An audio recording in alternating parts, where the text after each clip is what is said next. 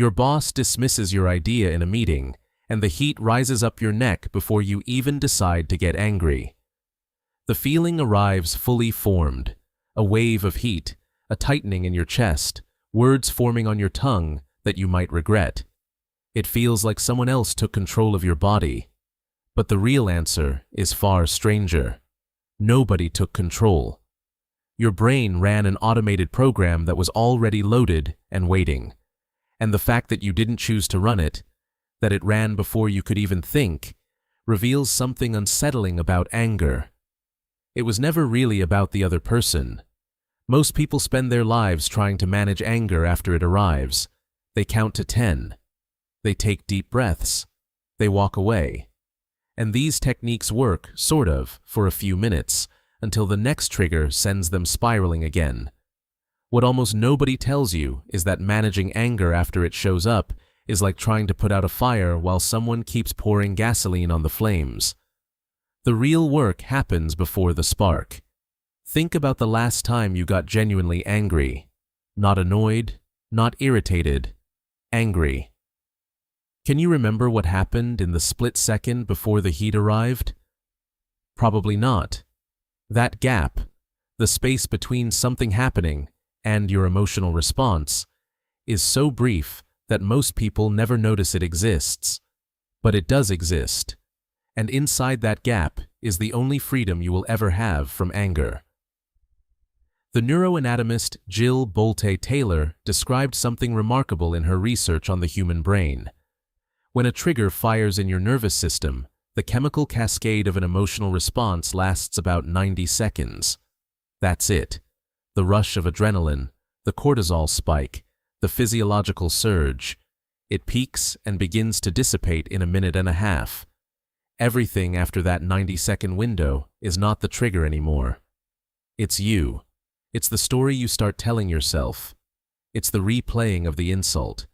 It's the rehearsal of what you should have said.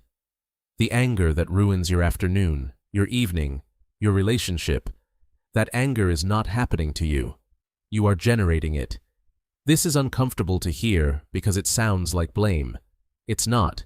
It's actually the most liberating truth about human emotion.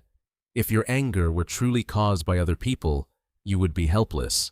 You would have no choice but to be angry every time someone treated you poorly. But the 90 seconds tells a different story.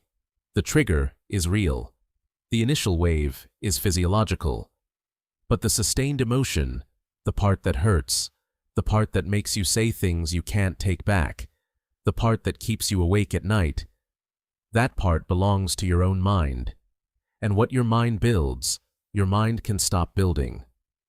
Viktor Frankl, the psychiatrist who survived the Nazi concentration camps, wrote a truth that takes years to fully absorb. Between stimulus and response, there is a space. In that space is your power to choose your response. In your response lies your growth and your freedom. He wrote this after losing his wife, his parents, and everything he owned. He wrote this from inside circumstances that would justify a lifetime of rage, and yet he identified the same gap that neuroscience would later confirm. The space between trigger and response is real, it's measurable, and it can be widened. Most people's gap is microscopic. Something happens, and they react before the thinking part of their brain has even received the signal. The amygdala, your brain's threat detection system, processes sensory information roughly twice as fast as your prefrontal cortex, which handles reasoning and impulse control. So, by the time you consciously register that your partner made a careless comment or that a stranger was rude, your body is already preparing for battle. Your heart is racing, your muscles are tense, you are angry, and you don't yet know why. The psychologist Paul Ekman, who spent decades studying facial expressions and the universal emotions, found that anger has a distinctive physiological signature.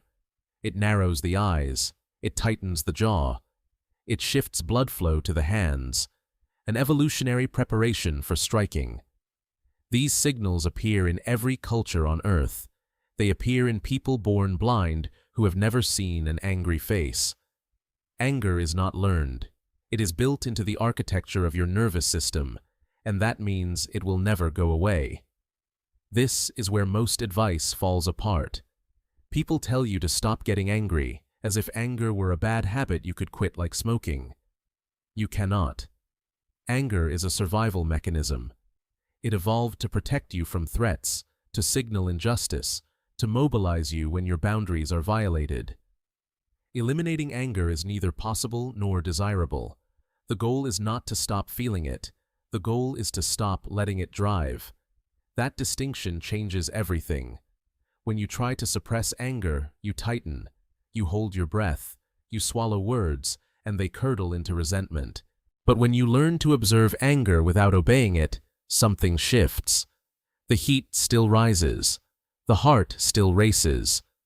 But there is a part of you watching the whole thing unfold, and that part is not angry. That part is curious. This observer, the part of you that notices you are getting angry without becoming consumed by the anger, is trainable. Researchers call it metacognitive awareness, the ability to watch your own thoughts rather than being swept away by them. Kross, a psychologist at the University of Michigan, has shown that people who can take even a small step back from their emotional experience, what he calls psychological distance, make better decisions, experience less distress, and recover faster from provocations. The technique is almost absurdly simple.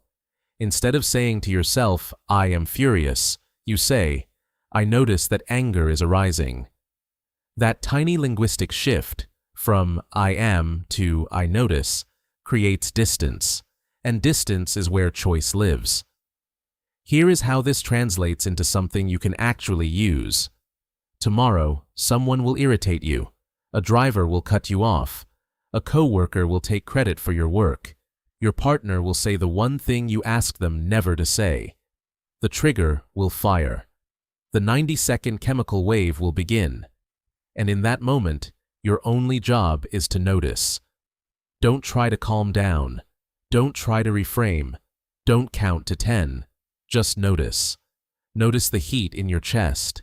Notice the tension in your jaw. Notice the stories your mind starts generating. The rehearsed arguments, the self-righteous monologues. Watch them like you'd watch a movie. You don't have to like the movie. You just have to stay in your seat. Here is where it gets strange. When you observe anger without feeding it, it starts to dissolve on its own. Not because you suppressed it, not because you reasoned with it, because you stopped pouring fuel on it. The 90 seconds pass, the chemical wave recedes, and what's left is just you, a bit shaken, a bit tired, but not consumed. You remember that you have choices. You can respond or not respond. You can address the issue or let it go. You can speak calmly even though your body was screaming at you moments ago. The trigger happened. The anger visited. But it did not take the wheel. This is not a trick or a hack. It's a skill. And like any skill, it gets stronger with practice. The first 10 times you try this, you will fail. The anger will grab you before you remember to observe. You'll say something cutting, slam a door, send a text you regret. That's normal. The gap between stimulus and response doesn't widen overnight. But every time you even remember to try, even if you remember too late, even if the words are already out of your mouth, you strengthen the neural pathway that makes observation possible. Your brain is plastic. It changes according to what you repeatedly do. So do the frustrating thing. Fail at this, then try again. Now for the twist. Everything described so far positions anger as an internal event, a problem in your nervous system that you can learn to manage. And that's true. But there is a deeper layer. Anger is not just a reaction. It is often a mask. Lisa Feldman Barrett, a neuroscientist at Northeastern University, has spent decades studying how emotions are constructed. Her research suggests that emotions are not hardwired circuits that simply fire in response to triggers. They are predictions your brain makes based on past experience, body sensations, and cultural learning. When you feel angry, your brain has predicted that anger is the appropriate response to what is happening. But predictions can be wrong, and predictions can be retrained. What this means in plain terms, you are not angry because someone was rude. You are angry because your brain predicted that rudeness should trigger anger, based on every experience you've ever had with rudeness. The prediction happened so fast it felt like a fact, but it was always a prediction. And predictions are guesses. Educated guesses, built from a lifetime of data, but guesses nonetheless. Imagine what happens when you start treating anger as a guess rather than a truth. When someone cuts you off in traffic, your brain guesses. Threat, disrespect, mobilize. But you have a second to examine that guess. Is this really a threat? Are you actually in danger?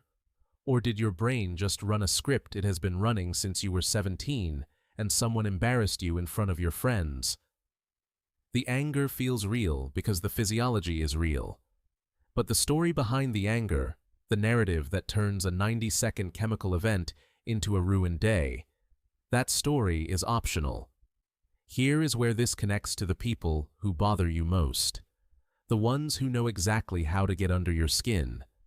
The family member who makes the comment that undoes an hour of meditation. The colleague whose tone of voice makes your shoulders rise. You have told yourself that these people are the problem. But consider this. Those people are only powerful because your brain has a highly specific prediction for them. It has learned through repetition that this person's voice equals threat, equals anger, equals losing control. The prediction is so well trained that it fires before they even finish their sentence. The unsettling implication is that your anger at difficult people is not about what they just did. It's about what your brain expects them to do, based on what they've done before. You are not reacting to the present moment. You are reacting to a prediction about the present moment. And if you can see that, really see it, then the difficult person becomes just another trigger, no different from a car cutting you off or a rude comment online. The same 90-second rule applies, the same gap, the same choice. This doesn't mean you should tolerate mistreatment. It doesn't mean you should become passive or disengaged. Boundaries are essential, and sometimes the correct response to anger is to leave the room, end the relationship, or speak up firmly. But notice the word, response, not reaction. A reaction is automatic, involuntary, and driven by the prediction. A response is chosen. And you cannot choose a response unless you have widened the gap enough to make choosing possible. So here is the micro-habit. The next time someone irritates you, and they will, possibly within the hour, do exactly one thing differently. Before you speak, before you act, before you even form a coherent thought about what just happened, put your attention on your body. Find the physical sensation of the anger. It's usually in the chest, the throat, or the jaw. Focus on it for 3 breaths, not to make it go away, just to feel it clearly. That's it. 3 breaths of attention. You don't have to philosophize about it, or find the root cause, or remind yourself that you're bigger than this. Just feel the physical sensation and breathe. If you do nothing else, if you learn no other technique, read no other books, take no other advice, this single habit will widen the gap more than you think possible. Because here is what nobody tells you about anger. It cannot survive sustained attention. Anger requires narrative. It needs the story about what they did and why it was wrong and what you're going to do about it. Without the story, anger is just heat in the chest and tension in the jaw, sensations that pass, like all sensations do. The story is what keeps it alive, and you are the only one who can stop telling it. Your boss dismisses your idea in a meeting, and the heat rises up your neck before you even decide to get angry.